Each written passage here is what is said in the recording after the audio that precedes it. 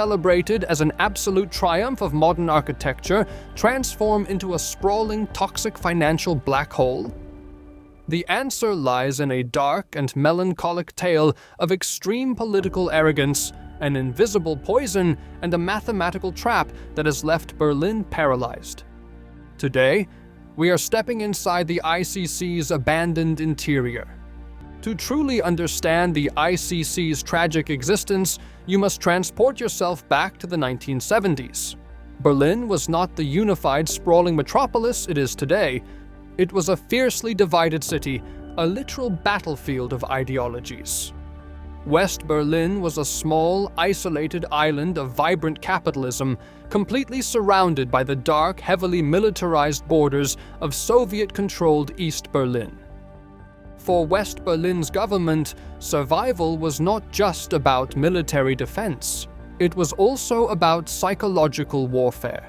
They needed to project an image of overwhelming superiority to the surrounding communist forces. They needed a monument. They wanted a sprawling, hyper-modern beacon of capitalist wealth, technological progress, and unstoppable economic power. The vision they approved was breathtakingly ambitious. The architects Ralph and Ursulina Schüler-Witte designed a structure that rejected traditional European aesthetics entirely. They did not want brick and stone.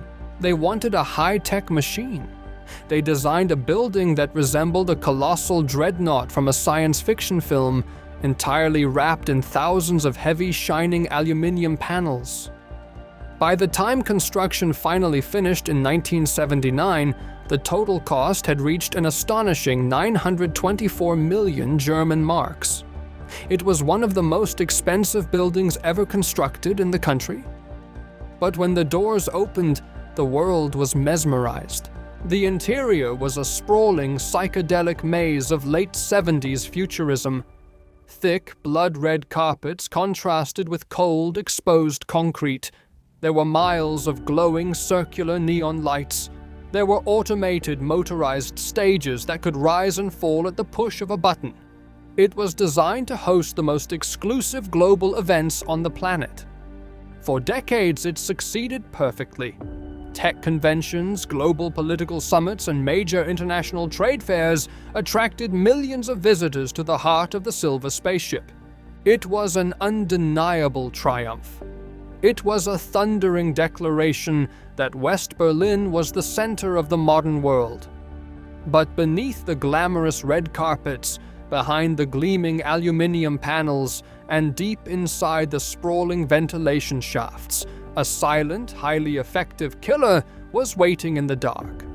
In the 1970s, when the blueprints for this massive aluminum dreadnought were being drawn up, civil engineers faced a serious problem. It was impossible to build such a large, heavily compartmentalized steel and aluminum box intended to hold tens of thousands of people without an extreme, almost paranoid focus on fire safety. If a fire were to break out in the deep, windowless core of the ICC, it would be an unavoidable massacre.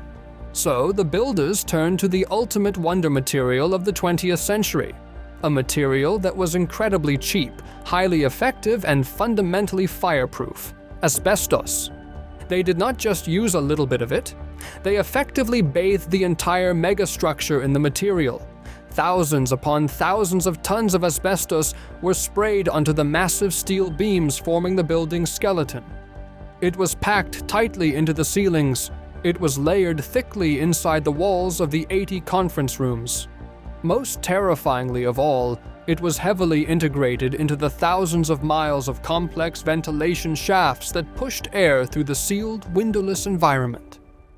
At the time, they believed they were making the building completely invincible, but they were actually signing its death warrant. As the decades passed and the world moved into the new millennium, the grim reality of asbestos became universally understood. It was not a wonder material.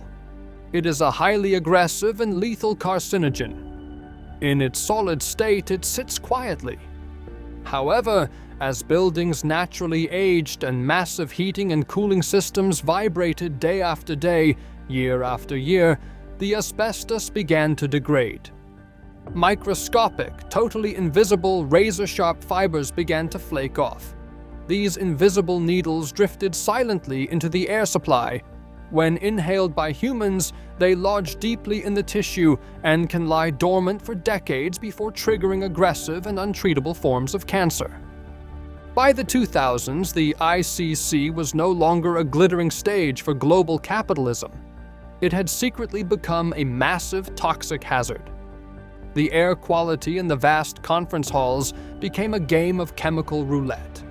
Safely operating the building became a logistical nightmare involving constant air monitoring and terrifying liability. The very material that was supposed to protect the people inside was now actively threatening to kill them.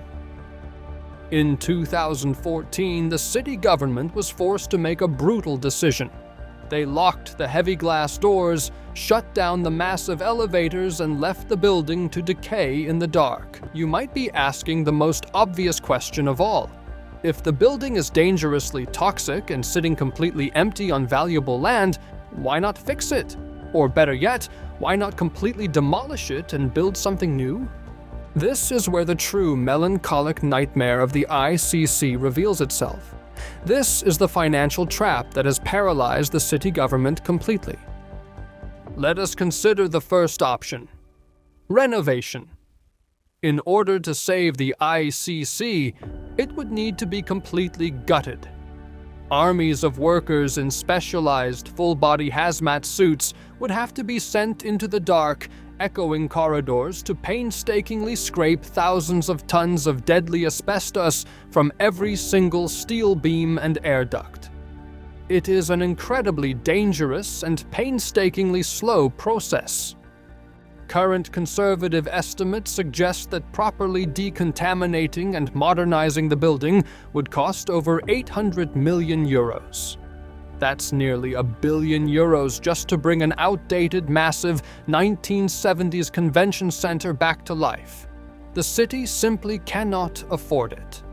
No private investor is insane enough to take on such a massive risk. So, the second option: demolition. Just bring in the wrecking balls and erase the mistake. However, it is not possible to safely dynamite a massive steel structure packed with toxic asbestos in the center of a densely populated capital city. A traditional demolition would send a lethal cloud of cancer-causing dust drifting over nearby residential neighborhoods. In order to safely demolish the ICC, it must be slowly and surgically taken apart piece by piece inside a massive negative pressure containment tent. What would the cost of a safe, environmentally sound demolition be? Hundreds of millions of euros. Millions of euros just to be left with an empty plot of land. As if the financial maths were not challenging enough, there is one final twist of irony. The ICC is recognized globally as a unique, iconic masterpiece of high-tech architecture, and the government officially classified it as a protected historical monument in 2019. It is now completely illegal to demolish it. The trap has sprung. It is far too toxic to operate. It would be far too expensive to renovate safely. Tearing it down would be dangerously expensive, and it is illegal to destroy it. The International Congress Center is frozen in time. It is a billion-dollar paradox, locked in a